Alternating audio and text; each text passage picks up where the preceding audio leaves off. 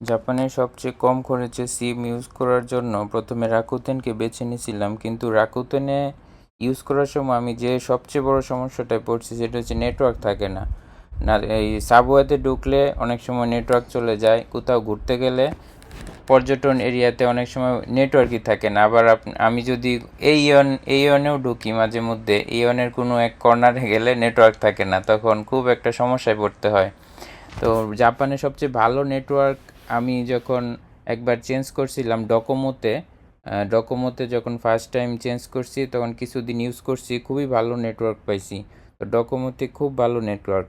আর এই নিহন সুশিন সিম, এটা হচ্ছে ইন্টারনালি তারা ডকোমো নেটওয়ার্ক ইউজ করে। তো ডকোমো নেটওয়ার্ক ইউজ করার কারণে সব জায়গায় খুব ভালো নেটওয়ার্ক পায় এবং এটা খুবই সস্তা, এবং এই জন্য আসলে আমি এটাতে সুইচ করার এটাই মেইন উদ্দেশ্য। এখন কিভাবে আপনারাও যাতে এটা ইউজ করতে পারেন কোনো ঝামেলা ছাড়াই, সেটা এখন এক্সপ্লেন স্টেপ বাই স্টেপ আমি দেখাবো। ওকে, তাহলে প্রথমে যেটা করতে হবে সেটা হচ্ছে অ্যাপ্লিকেশনে চলে যাই। অ্যাপ্লিকেশনে গেলে এটা ইংলিশ ট্রান্সলেট করে নেই। অ্যাপ স্টোর থেকে বা প্লে স্টোর থেকে নিহন সুশিন আপুরি এটা ডাউনলোড করে নিতে হবে। এটা ডাউনলোড করে ইনস্টল করতে হবে। তারপর আপনার যেটা লাগবে সেটা হচ্ছে মাই নাম্বার কার্ড লাগবে, এবং মাই নাম্বার কার্ডের পিন নাম্বার এবং পাসওয়ার্ড জানা থাকতে হবে। আপনি যেটা একবারে প্রথম যখন মাই নাম্বার কার্ড ক্রিয়েট করছিলেন সে তখনই যে পিন নাম্বারটা এবং পাসওয়ার্ডটা ছিল ওইটা। আর পেমেন্ট করার জন্য একটা পেমেন্ট কার্ড, ভিসা কার্ড বা ক্রেডিট কার্ড থাকলেই হবে।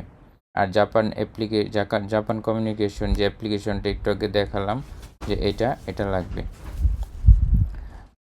নেক্সট হচ্ছে অ্যাপ্লিকেশন ডাউনলোড করার পরে আপনি একটা প্ল্যান দেখতে পাবেন এরকম। এখানে অনেকগুলা প্ল্যান আছে। সেটা হচ্ছে আমি যে প্ল্যানটা ইউজ করি সেটা হচ্ছে এই প্ল্যানটা 1390 ইয়েন, 20 জিবি ডাটা। এখানে 290 ইয়েন দিয়ে 1 জিবি ডাটা ইউজ করা যাবে 1 মাসে। আবার 1 জিবির বেশি যদি ইউজ করতে চান সেক্ষেত্রে প্রতি জিবির জন্য আপনার 220 ইয়েন করে এক্সট্রা অ্যাড করলে আপনি আরও 1 জিবি ইউজ করতে পারবেন এরকম। এটা খুবই সুবিধা যাদের অনেক সময় কম জিবি লাগে, পুরো জিবি লাগে না ওয়াইফাই ইউজ করার কারণে, তখন এটা খুবই কম খরচে পুরো মাস চলে যায়। এটা হচ্ছে প্ল্যানের বিষয়।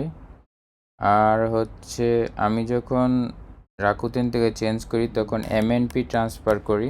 এমএনপি ট্রান্সফার মানে হচ্ছে নাম্বার চেঞ্জ হবে না, একই নাম্বার থাকবে, জাস্ট আপনি ট্রান্সফার করবেন। এটা ওদের অ্যাপসের মাধ্যমে খুব সহজেই করা যায়। এখন ওরা যে ভিডিও দিছে সেই ভিডিওটা জাপানিসে দেওয়া। এখানে new customer sign up for a plan, এখানে একটা ভিডিও আছে, সেই ভিডিও দেখবো আর আমি এক্সপ্লেন করব। ভিডিওটা যেহেতু জাপানিসে সেহেতু আমি এটা মিউট করে দেব, কারণ মিউট না করলে ওদের কথাটাই শোনা যাবে, আমারটা শোনা যায় না, কমে যায় সাউন্ডটা। এখানে প্রথম যে কন্ডিশনটা সেটা হচ্ছে মাই নাম্বার কার্ড রিড করতে পারে এরকম একটা স্মার্টফোন লাগবে। বাংলাদেশ থেকে যদি আপনি স্মার্টফোন নিয়ে আসেন তাহলে এটা কাজ নাও করতে পারে। আর জাপানে যে স্মার্টফোনগুলো বিক্রি হয় সেগুলোতে আইসি চিপ ঢুকানো থাকে, সবগুলাই IC card my number card read করতে পারে। চলুন ভিডিওটা দেখি আর আমি এক্সপ্লেন করি। 日本通信アプリの登録 মিউট করতে হবে। মিউটের অপশন কই? মিউটের অপশন এটা নাই। ইউটিউবে যাই, ইউটিউবে গেলে 転職ってわからないことだらけですよね。でも大丈夫。リクルートエージェントはアプリの登録方法 মিউট। ওকে, মিউট করে ফেলছি। এইবার আমি একটা It's 4 o'clock. দেখাই। এটা হচ্ছে নিহন সুশিন অ্যাপ্লিকেশন অ্যাপ, এটা আপনার লাগবে। তারপর ইমেল অ্যাড্রেস লাগবে, মাই নাম্বার কার্ড লাগবে। আমি একটু টেনে দেই পরের স্টেপে যাওয়ার জন্য। মাই নাম্বার কার্ডের যে পাসওয়ার্ড এটা হচ্ছে সেটা, আর মাই নাম্বার কার্ডের যে পিন নাম্বার, এই দুটা লাগবে। তারপর হচ্ছে টেনে দেই। তারপর স্মার্টফোন ওপেন করে ওই অ্যাপসটা ওপেন করলে আপনি কন্ডিশনগুলো টিক দিবেন। তারপরে নেক্সট বাটন, এটা হচ্ছে নেক্সট বাটন, এটাতে ক্লিক করবেন পরের স্টেপে। তারপর আপনার মাই নাম্বার কার্ডের ইনফরমেশনগুলো ইনপুট দিতে হবে, এগুলা চেক দিয়ে সবগুলা ওকে দিয়ে নেক্সট বাটনে ক্লিক করতে হবে, এটা হচ্ছে নেক্সট বাটন। তারপর আপনার আপনি যেহেতু ফরেনার সেক্ষেত্রে এই বাটনটায় ক্লিক করতে হবে। আর জাপানিজদের ক্ষেত্রে হচ্ছে জাপানিজদের ওই হিরা কাতাকানা আর ওই যে কি নাম ওইগুলা অ্যাড করা লাগে। আর ফরেনারদের জন্য শুধু ইমেল অ্যাড্রেস হলেই হয়। সেক্ষেত্রে আপনি পরের ডান পাশেরটা ক্লিক করবেন, এই যে এটা শুধু ইমেল অ্যাড্রেস দিবেন। তারপর ইমেল অ্যাড্রেস দেওয়ার পরে ইমেলে আপনার একটা কোড যাবে, সেই কোড 6 ডিজিটের কোডটা এখানে ইনপুট দিতে হবে। তারপর এই ইনপুট দিলাম, ওকে। তারপর নেক্সট বাটনে ক্লিক করব ইনপুট দেওয়ার পরে কোড নাম্বার। তারপর এটা কি, এটা হচ্ছে আপনার ওই যে মাই নাম্বার কার্ডের যে পিন নাম্বার সেটা 4 ডিজিট, আর মাই নাম্বার কার্ডের যে পাসওয়ার্ড এটা দিতে হবে এখানে। এটা দেওয়ার পর আপনার নেক্সট বাটন ক্লিক করতে হবে। এখন মাই নাম্বার কার্ড রিড করার অপশন। মাই নাম্বার কার্ডটা আপনি সমতল কোনো জায়গায় রেখে এটার উপর যে পাশে আপনার ফোনের ক্যামেরাটা থাকে সাধারণত ওইখানেই আইসি চিপটা থাকে, এভাবে রাখবেন। তখন এই বাটনে ক্লিক করবেন আর এটা রিডিং স্টার্ট হবে। নাড়াচাড়া করা যাবে না এটা কমপ্লিট না হওয়া পর্যন্ত। তো কমপ্লিট হয়ে গেলে আপনার এটা স্ট্যাটাস ওকে এরকম একটা সাইন আসবে, মাই নাম্বার কার্ডের ইনফরমেশন সব চলে আসবে। আপনি চেক করে দেখবেন সব কিছু ঠিকঠাক থাকলে এখানে নেক্সট বাটন আছে সেটাতে ক্লিক করতে হবে। এটা এই বাটনে ক্লিক করলে পরের স্টেপে যাবে। তারপর এটা আপনার কমপ্লিট হয়ে গেল মাই নাম্বার রিডিংটা। তারপর আপনার একটা পাসওয়ার্ড সেট করতে হবে আলফা নিউমেরিক 6, মিনিমাম 6টা ক্যারেক্টার, ম্যাক্সিমাম 16টা, এর ভিতরে একটা সেট করতে হবে। তারপর আপনি ফেস রিডিংও অ্যাড করতে পারবেন। সবসময় আপনার পাসওয়ার্ড ইনপুট দেওয়া লাগবে না, আপনার ফেস রিড করে সেটা অটো লগ ইন হয়ে যাবে অ্যাপসের মধ্যে। একটু স্কিপ করি। তারপর এটা ওকে হয়ে গেলে এখানে ক্লিক করবেন কন্টিনিউ প্রসেস।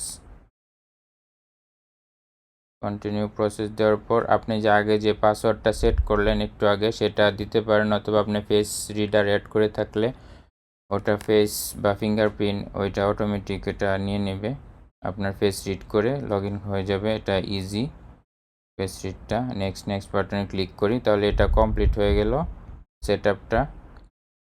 তারপর আপনার যে ইমেল অ্যাড্রেসটা দিয়েছেন ওই ইমেল অ্যাড্রেসটা দিয়ে ওই ইমেল অ্যাড্রেসে কনফার্মেশন কোড পাঠাতে হবে। ইমেল অ্যাড্রেস থেকে কনফার্মেশন কোডটা দিয়ে নেক্সট বাটনে ক্লিক করতে হবে। তারপর আপনার এখানে ইনফরমেশন অ্যাড করতে হবে, আপনার কাতাকানা নাম দিতে হবে, আপনার জেন্ডার সিলেক্ট করতে হবে, এখানে পোস্ট অফিস দিতে হবে। তারপর নিচে আপনার ফোন নাম্বার দিতে হবে, কোনো হাইফেন দেওয়া যাবে না বলা আছে, হাইফেন ছাড়া এগুলা দিয়ে নেক্সট বাটন ক্লিক করতে হবে। তারপর আপনার সব ইনফরমেশন শো করবে, এটা কনফার্ম হবেন। কনফার্ম হয়ে এটা সবগুলা ওকে এই বাটনটা ক্লিক করতে হবে, আপনার এটা অ্যাপ্লিকেশনটা কমপ্লিট হয়ে যাবে। তারপর আপনি এখানে কোন প্ল্যানটা নেবেন এই বাটনে ক্লিক করলে আপনি এই প্ল্যানগুলা দেখতে পাবেন। তখন এই প্ল্যানগুলা ক্লিক করলে আপনি অটোমেটিক্যালি আপনি যদি এমএনপি ট্রান্সফার করতে চান তাহলে এমএনপির একটা বাটন আছে, ওইটা দেখাবো আমি, এখানে আসুক, এটা যাক একটু। এটা হচ্ছে আরেকটা অপশন, এটা দরকার নাই, এটা স্কিপ করি।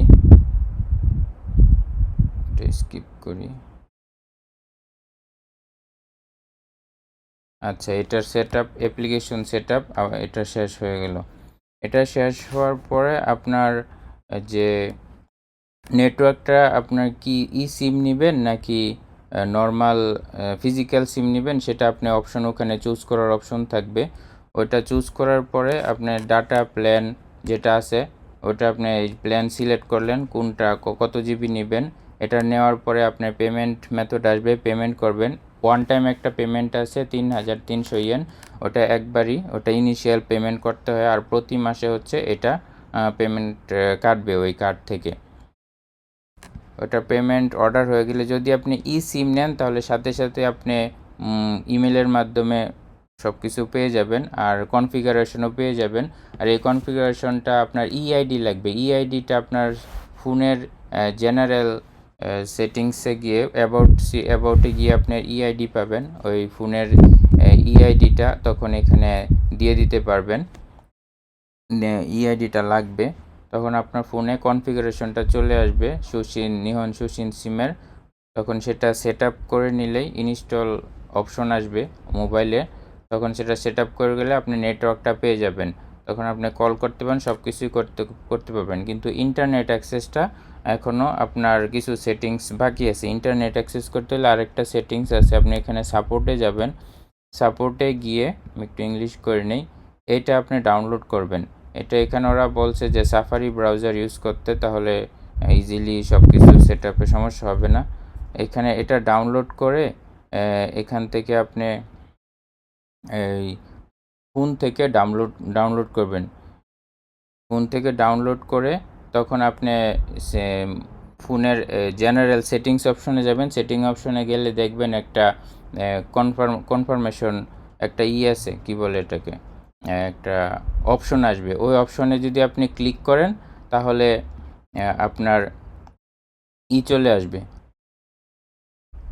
এই যে এই প্রসেসটা হচ্ছে এইখানে আছে। এখানে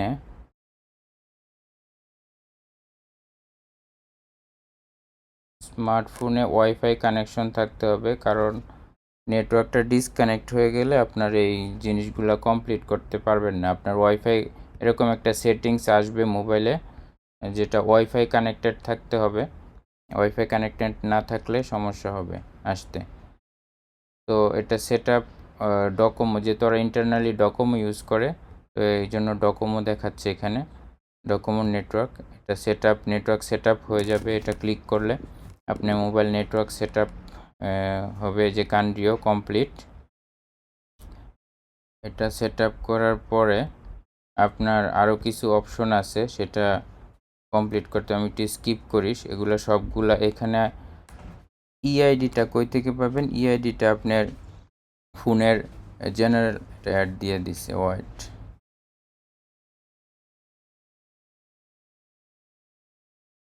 এখানে অ্যাড দিতেছে রে। আচ্ছা, স্কিপ। মোবাইলের যে জেনারেল অ্যাবাউট অপশন থাকে ওখানে ইআইডি আছে, ওখান থেকে আপনি ইআইডি নিতে পারবেন। এগুলো অন্যান্য অপশন, এগুলো আপনার দরকার নাই। এগুলো একই কয়েকটা অপশন ওরা সেট আপ করে। এটা আরেকটা অপশন। এই যে নেটওয়ার্ক, এটা আরেকটা important things. Network set up করতে হবে। নেটওয়ার্কে ক্লিক করে তারপর সিম, এটা লাগবে না, এটা না, এটা কয়েকটা অপশন দেখাচ্ছে এখানে। এই যে ডাটা করার জন্য এখানে ডাটা অন করতে হবে। মোবাইল নেটওয়ার্কে গিয়ে তারপরে এখানে নিহন সুসিম, বা এখানে আসলে ডকোমো লেখা থাকে, আমারটাতে ডকোমো লেখা আছে। যদি ডকোমো থাকে কোনো সমস্যা নাই, ডকোমো দিয়েই হবে। আর আপনি যদি মাল্টিপল আপনার সিম কানেক্ট থাকে, আপনার এটা চেক করে দেখতে হবে ডাটা কোন সিমে আছে। তো সেটা নিহন সিম বা ডকোমো যেটা আছে ওটা কানেক্ট করে নিতে হবে। রোমিংটা অন করে নিতে পারেন, অনেক সময় রোমিং অফ থাকলে হয় না। আর যদি কোনো ভিপিএন কানেক্ট থাকে, ভিপিএনটা অফ করে নেবেন, কারণ ভিপিএনে অনেক সময় ঝামেলা করতে পারে। একটা ভিপিএন ছাড়া এখানে হবে না। আর কি আছে এখানে? এখানে নিয়ন কাস্টম, ওরা নাম এডিট করা যাবে কাস্টম সিম। এখানে বলছে সাফারি, এটা ওই যে আমি যেটা বলছি একটু আগে, যে সাফারি ইউজ করে ডাউনলোড করতে হবে। যে এই জিনিসটা কই জানি, সাপোর্টে দেখালাম, এই যে এটা ডাউনলোড করতে হবে। এটা ডাউনলোড করে, এটা হচ্ছে এপিএন, এটা ডাউনলোড করলে আপনার এখানে আসবে, দেখাচ্ছি কীরকম। আমি একটু স্কিপ করি। এই যে আইফোন সিলেক্ট করছে, তারপরে যে এটা হচ্ছে ডাউনলোড প্রোফাইল ডাউনলোড করলে আপনার আইফোনের সেটিংসে যাবেন। ডাউনলোড করা শেষ হলে সেটিংসে গেলে এই যে এইরকম একটা আসবে। এখন এটা যদি ক্লিক করেন, আপনার ইনস্টল দিতে হবে। এটা ক্লিক করে এটা ইনস্টল দিলেই আপনার ইন্টারনেট আপনি ইউজ করতে পারবেন। তখন আপনার পাসওয়ার্ড দিবেন মোবাইলের, এই যে এপিএন প্রোফাইলে এটা ইনস্টল দিবেন। ইনস্টল দেওয়ার পর আপনার নেটওয়ার্ক চলে আসবে। 4G আছে, 5G আছে। 4G অথবা 5G, পরে আপনি অ্যাপসের ভিতর ঢুকে যেটা সিলেক্ট করবেন, এটা সিলেক্ট করে এটা এরকম আসলেই হয়ে গেল, আর কিছু করতে হবে না, এটা হয়ে গেছে। তখন আপনার অটোমেটিক নেট ডাটা কানেকশন চালু থাকলে আপনার ডাটা চলে আসবে। ডাটা যদি না চলে আসে, আপনি মোবাইলটা রিস্টার্ট দিলেই তখন ডাটা চলে আসবে। তো এই ছিল সিম কিভাবে সস্তায় সিম ইউজ করা যায় জাপানে। এটা খুবই একটা ভালো জিনিস, কারণ আমি আগে কখনো এরকম দেখিনি। হঠাৎ করে দেখলাম, তারপর এটা আমি নিজে করে দেখলাম যে না, এটা জিনিসটা ভালো, তাই সবার সাথে শেয়ার করতে ইচ্ছা হলো যে সবাই যদি ইউজ করে হয়তো কারো উপকারে আসতে পারে, তাই আমি জিনিসটা শেয়ার করলাম। তারপরেও অনেক কিছু এখানে দেখানো যায় নাই, অনেক কিছু হয়তো প্রবলেম হতে পারে অনেকের, অনেক কিছু সেট আপ করতে। কোনো সমস্যা হলে আমাকে নক দিলে আমি অবশ্যই হেল্প করব।